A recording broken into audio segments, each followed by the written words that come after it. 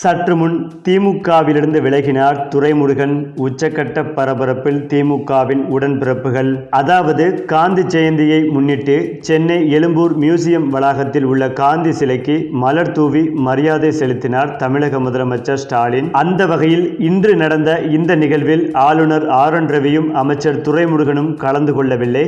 கடந்த ஆண்டு காந்தி பிறந்தநாள் விழாவில் ஆளுநர் ரவியும் அமைச்சர் துரைமுருகனும் கலந்து கொண்ட நிலையில் இந்த ஆண்டு இவர்கள் இருவரும் பங்கேற்காதது சலசலப்பை ஏற்படுத்தி உள்ளது. மேலும் மகாத்மா காந்தியின் 156வது பிறந்த நாளான இன்று காந்தி ஜெயந்தியாக நாடு முழுவதும் இன்று கொண்டாடப்பட்டு வருகிறது.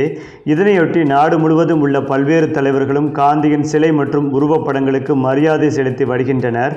அதன்படி டெல்லி ராஜ்கோட்டில் உள்ள காந்தியின் நினைவிடத்தில் குடியரசுத் தலைவர் திரௌபதி முர்மு, பிரதமர் மோடி, எதிர்க்கட்சித் தலைவர் ராகுல் காந்தி, மக்களவை சபாநாயகர் ஓம் பிர்லா, மாநிலங்களவைத் தலைவர் ஜெகதீப் தன்கர், டெல்லி முதலமைச்சர் அதிசி உள்ளிட்ட தலைவர்கள் மலர் தூவி மரியாதை செலுத்தினார்கள் என்பதும் குறிப்பிடத்தக்கது. அதேபோல்தான் மகாத்மா காந்தி பிறந்த நாளையொட்டி தமிழ்நாடு அரசு சார்பில் சென்னை எழும்பூரில் உள்ள அரசு அருங்காட்சியக வளாகத்தில் விழா ஏற்பாடு செய்யப்பட்டிருந்தது.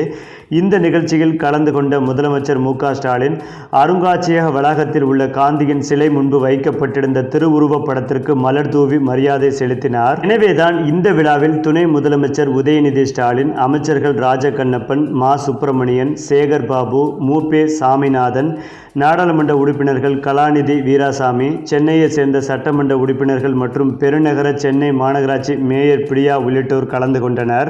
ஆனால் கடந்த ஆண்டு காந்தி ஜெயந்தி அன்று முதலமைச்சர் ஸ்டாலினுடன் இணைந்து மரியாதை செலுத்திய ஆளுநர் ரவி, மூத்த அமைச்சர் துரைமுருகன் ஆகியோர் இன்று முதல்வருடன் இணைந்து மரியாதை செலுத்த வரவில்லை.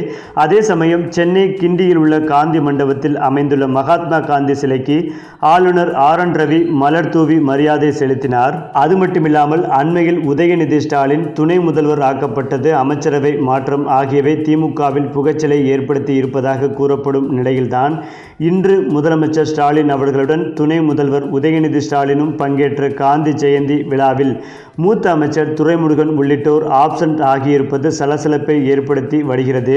குறிப்பாக தமிழக முதலமைச்சர் ஸ்டாலின் பங்கேற்ற சிவாஜி கணேசன் 97வது பிறந்தநாள் விழாவிலும் மூத்த அமைச்சர் துரைமுருகன் பங்கேற்கவில்லை என்பதும் குறிப்பிடத்தக்கது. இந்த நிலையில்தான் திமுக அமைச்சரவை மாற்றத்தால் துரைமுருகன் அதிருப்தியில் இருந்து வருகிறாரா என்ற சந்தேகமும் எழுந்து வருகிறது. ஏனென்றால் ஸ்டாலினுக்கு அடுத்தபடியாக உள்ள மூத்த தலைவர் துரைமுருகன் தான். அவரிடம் ஆலோசனை நடத்தாமலே ஸ்டாலின் உதயநிதிக்கு துணை முதல்வர் பதவி கொடுத்திருக்கிறாரா என்ற கேள்விகளும் எழுந்து வருகிறது. இந்த கோபத்தில் இருந்த துரைமுருகன் அவர்கள் திமுகவிலிருந்து விலகக்கூட முடிவெடுத்திருப்பதாகவும் ஒரு தகவல் பரவி வருகிறது. ஆனால் இது குறித்த அதிகாரப்பூர்வ தகவல்கள் எதுவும் வெளிவரவில்லை என்பதும் குறிப்பிடத்தக்கது.